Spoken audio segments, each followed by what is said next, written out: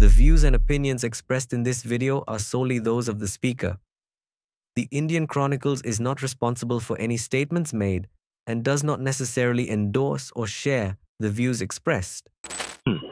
দাদা, আমার যেটা জানার সেটা হচ্ছে দীপক ঘোষের যে বিতর্কিত বইটি ছিল, যেটা আমরা জানতে পেরেছি ইতিমধ্যেই, তার উপর একটা স্টে অর্ডার এসছে। আমাদের মাননীয় নেত্রীর কাকুলিদি এবং সুদর্শনদার হয়ে আপনি এই মামলাটা লড়াই করেছেন? না না না না, তাহলে আপনি নিজেই করেছিলেন? একদমই। একটু আমি বলে দিই, আপনি যখন বলছেন বিষয়টা, এখানে বিষয়টা হচ্ছে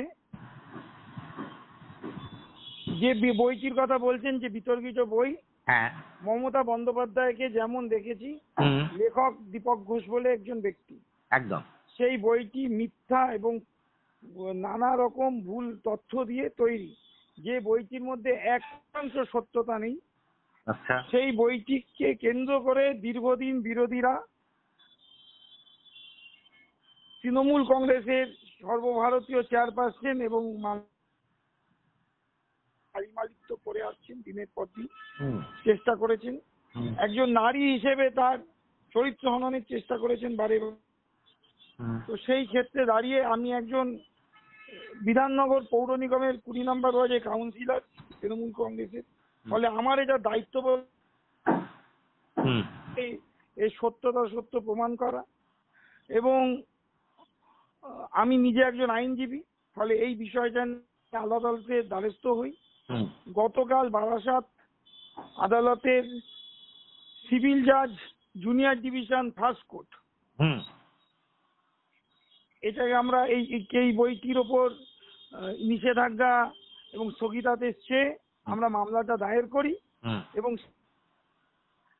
আদালত আমাদের বক্তব্য শুনে আমাদের সমস্ত তথ্য প্রমাণ দেখে সেই মামলাটাকে আদালত পর্যবেক্ষণ করে যে রায় দিয়েছেন, সেই রায়টা হলো এই বইটি কোনো অবস্থায় বিক্রি, প্রচার, আপনি এক সেকেন্ড হোল্ড করুন,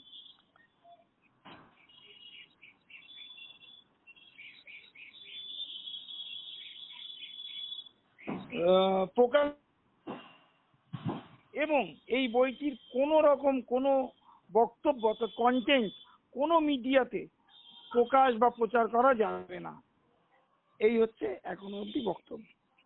বেশ, এর উপর কি আবার কোনো ডেট দিয়েছে আদালত? নেক্সট ডেট আদালত তো ডেট দেবেই স্বাভাবিকভাবেই, এই মামলা তো চলতে থাকবে। 17ই সেপ্টেম্বর এর পরবর্তী শুনানি। আচ্ছা, কিন্তু তার সঙ্গে একই সঙ্গে গতকাল রাত্রিবেলা বেশ কিছু সংবাদ মাধ্যমে, অন্যান্য যেসব সংবাদ মাধ্যমগুলো আছে, সেসবে তো আমি বলতে পারবো না। কেন আমাকে এসব প্রশ্ন করছেন? আচ্ছা আচ্ছা, না না, আমি যা fact, what is the fact, I brief you regarding this case related matter, আর আদারওয়াইজ আমার আর কোনো কিছু বক্তব্য নেই। বেশ বেশ, বুঝতে পেরেছি। একদম, থ্যাংক ইউ। যা কেস সম্বন্ধিত বিষয় আমি আপনাকে বলে দিলাম, এরপর আমাকে নতুন করে কিছু জিজ্ঞাসা করবেন এই সম্বন্ধে। Thank you so much. ঠিক আছে, আমি একজন আইনজীবী হিসেবে করেছি, এবং শুধু তাই নয়, আমি তৃণমূল কংগ্রেসের একজন কাউন্সিলর হিসেবে এই মামলাটা দায়ের করেছি। বুঝতে পেরেছি। ঠিক আছে, একদম। মামলাটার পিটিশনারও আমি। যদি আপনার কাছে কপি না থাকে আমাকে যদি একটা আদালতে খুব ভালো হয়, ওখানে পরিষ্কার হোয়াটসঅ্যাপ একটা হাইপ লিখে পাঠানো আমাকে, আমি পাঠাচ্ছি। আমি আপনাকে রায়ের একটা ইনফরমেশন শিট আমি পাঠিয়ে দিই। সেখানে লেখা রয়েছে প্লেইনটিভ হিসাবে প্রসেনজিৎ নাগ মামলাটি যে দায়ের করেছে, এবং মামলা দায়ের হয়েছে